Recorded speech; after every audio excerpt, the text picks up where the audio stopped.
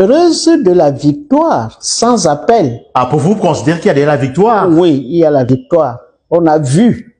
Parce qu'on a oublié de couper Internet. Donc, tout le Cameroun et le monde entier a suivi le décompte des voix par Internet, ce qui conforte et les gens au Cameroun, mais aussi la diaspora, qui a suivi bureau de vote par bureau de vote.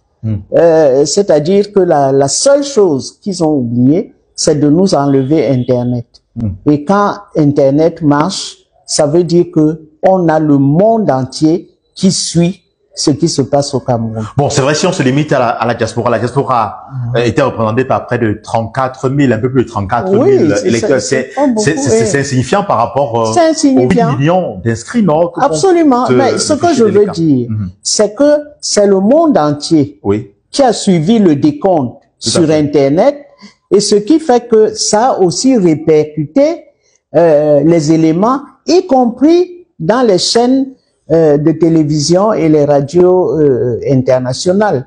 Il n'y a pas meilleure visibilité qu'Internet. Tout à fait. Donc, c'est la chance qu'on a eue qu'ils aient laissé Internet, ce qui nous a permis de suivre dans la plupart des bureaux de vote. Et de savoir que, par exemple, à Douala, Chiroma était largement en tête de tous les décomptes de la ville de Douala. Voilà. Oui, mais est-ce que les simples résultats publiés sur les réseaux sociaux, les médias sociaux, qui sont à la portée de pratiquement tout le monde, suffisent juste pour pouvoir dire que Issa Chiroma a gagné? Parce qu'il fallait attendre quand même les PV sortis des 31 000 bureaux de vote, 31 500 et plus bureaux de vote. Absolument. Et c'est au niveau des PV qui vont trafiquer. Sauf que... Ah, qui vont trafiquer? Ils vont certainement trafiquer. Parce que on a d'abord tenté d'introduire le bulletin du président Biya dans les enveloppes. Le président sortant.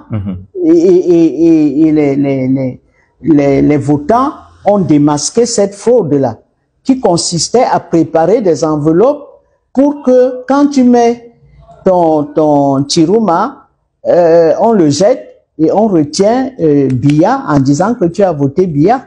Voilà.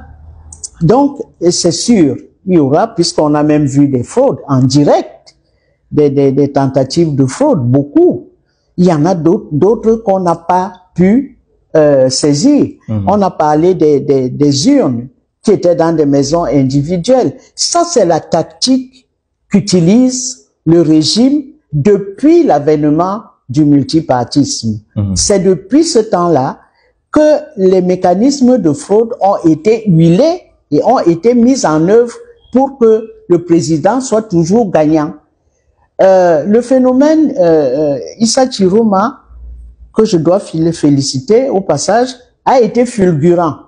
C'est-à-dire que dès qu'il a commencé à faire ses meetings, tout le peuple a choisi Issa. Bien avant la coalition, le peuple a choisi Issa. Et c'est comme ça que Issa n'a pas arrêté de monter. Il n'a pas arrêté de monter. Et pour dire que le peuple camerounais attendait quelqu'un, c'était de l'ordre de ce qu'on a vu en 92 avec le chairman du SDF. Ce qu'on a vu avec Issa a même dépassé ce qu'on a vu en 1992. Est-ce que vous vous attendiez personnellement à ce que y ait cette forme de montée, c'est-à-dire de prise de conscience citoyenne au niveau justement des Camerounais qui sont épris du changement, c'est-à-dire en faveur de Issa? Est-ce que vous attendiez à cela? Je m'y attendais pas tout à fait. Mais ce que Issa a su faire, d'abord Issa, je l'ai déjà dit, était membre de la coordination, membre fondateur de la coordination des partis de l'opposition en 1990-91. Issa a été l'acteur des villes mortes à Garoua, qui a fait respecter les villes mortes, il a fait imprimer des cartons rouges, etc. Il a bloqué Garoua. Donc, il avait en lui beaucoup d'éléments qui constituaient sa personnalité avant le gouvernement. Voilà. Donc, quand il est entré en scène, d'abord, il avait le langage, d'un opposant. Il avait l'humilité, parce que Issa est très humble.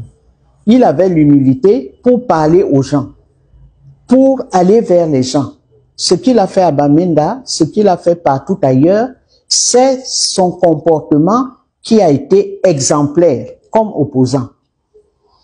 Ce que nous avons vécu hier, c'est le signe que ce que les nouveaux opposants disaient, c'est-à-dire Kamto et Cabral, du genre, il faut qu'on forme le peuple, etc. Je disais, mais quel peuple? Vous parlez du peuple camerounais qui a été formé dans le feu de la lutte contre les Allemands, la lutte contre le colonialisme français, et c'est de ce peuple-là que vous parlez comme si c'était des petits badauds sans cervelle.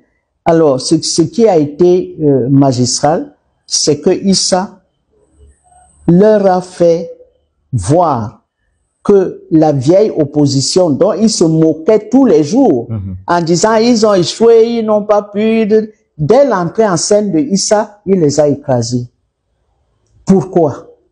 Parce que cette nouvelle opposition n'a que un seul, un dada, c'est-à-dire un de ses loisirs, c'est de parler des lois, les lois. Mais dans une lutte politique, on démonte aussi les lois. Parce que les lois qu'un dictateur fait sont des lois scélérates. Il faut les fracasser.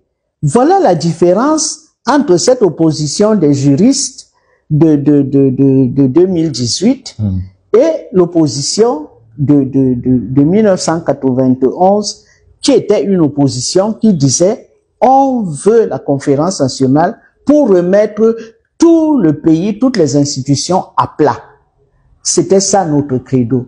Et Issa a prouvé qu'il avait une culture de l'opposition qui fait que dès qu'il a commencé à communiquer avec des Camerounais sur l'ensemble du territoire, il a été accueilli favorablement. Est-ce que ce serait pas aller très vite en besogne de dire aujourd'hui qu'Issa a écrasé les autres? Parce il a écrasé. On attend les résultats du Conseil constitutionnel. Absolument. Quand même, qui seront, en fait, qui va se prononcer dans les prochains jours. Mais quand même, au niveau des tendances, hein, si on s'en tient juste aux résultats publiés venant des bureaux de vote, ce qu'on a pu voir sur les réseaux sociaux, Issa Chiroma Bakary est largement favorable sur ce qu'on a pu voir. Il a écrasé. Bon, c'est vrai qu'il y a les manipulations également de part et d'autre. Maintenant, on se pose aussi la question de savoir, c'est-à-dire l'opinion, de savoir qu'en est-il de Bello Bouba Magari, qui est son compatriote du Grand Nord. Oui, mais on n'entend pas trop parler dans ces sondages. Mais Bello a senti le vent du boulet, puisqu'il a commencé à dire qu'il faut que Issa s'aligne derrière lui parce que c'est lui l'aîné. Sauf que Bello ne sait pas parler.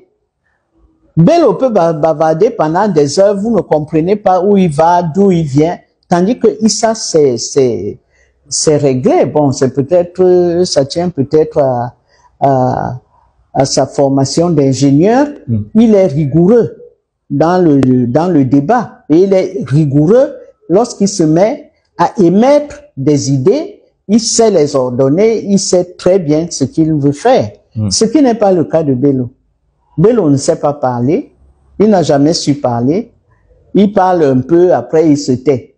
C'est un seigneur. Bon, mais Issa aussi est seigneur, chez eux là-bas au nord. Donc on va dire certainement que les partisans de Bello ont finalement choisi le bon camp.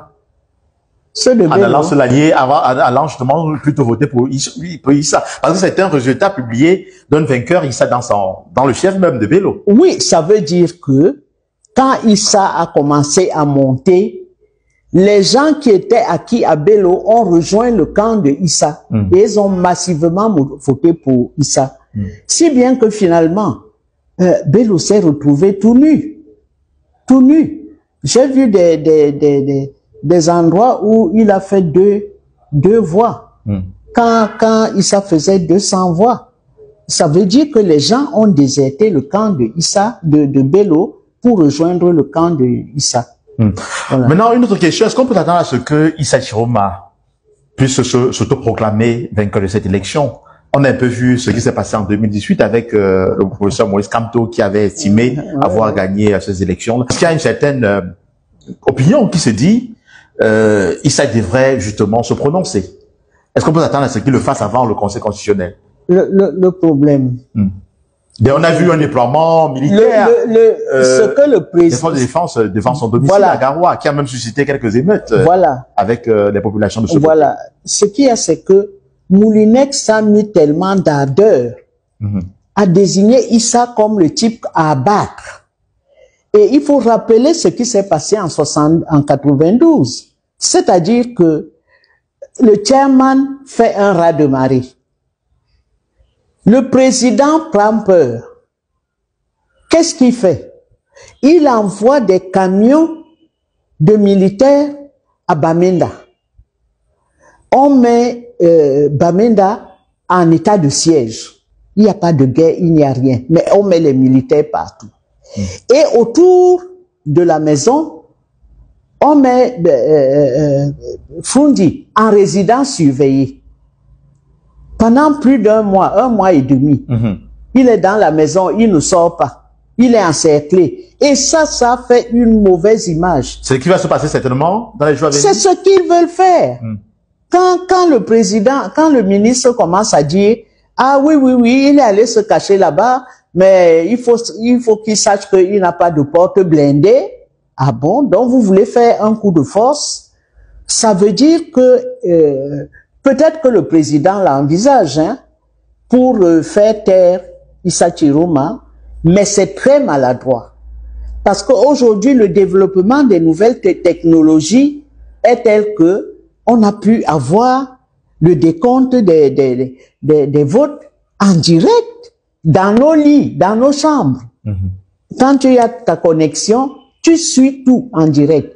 Donc, le développement des nouvelles technologies est si fort que quand tu vas tenter de faire ce genre d'opération, plus de 30 ans après, tu vas montrer aux yeux de l'opinion nationale et internationale que vous avez peur.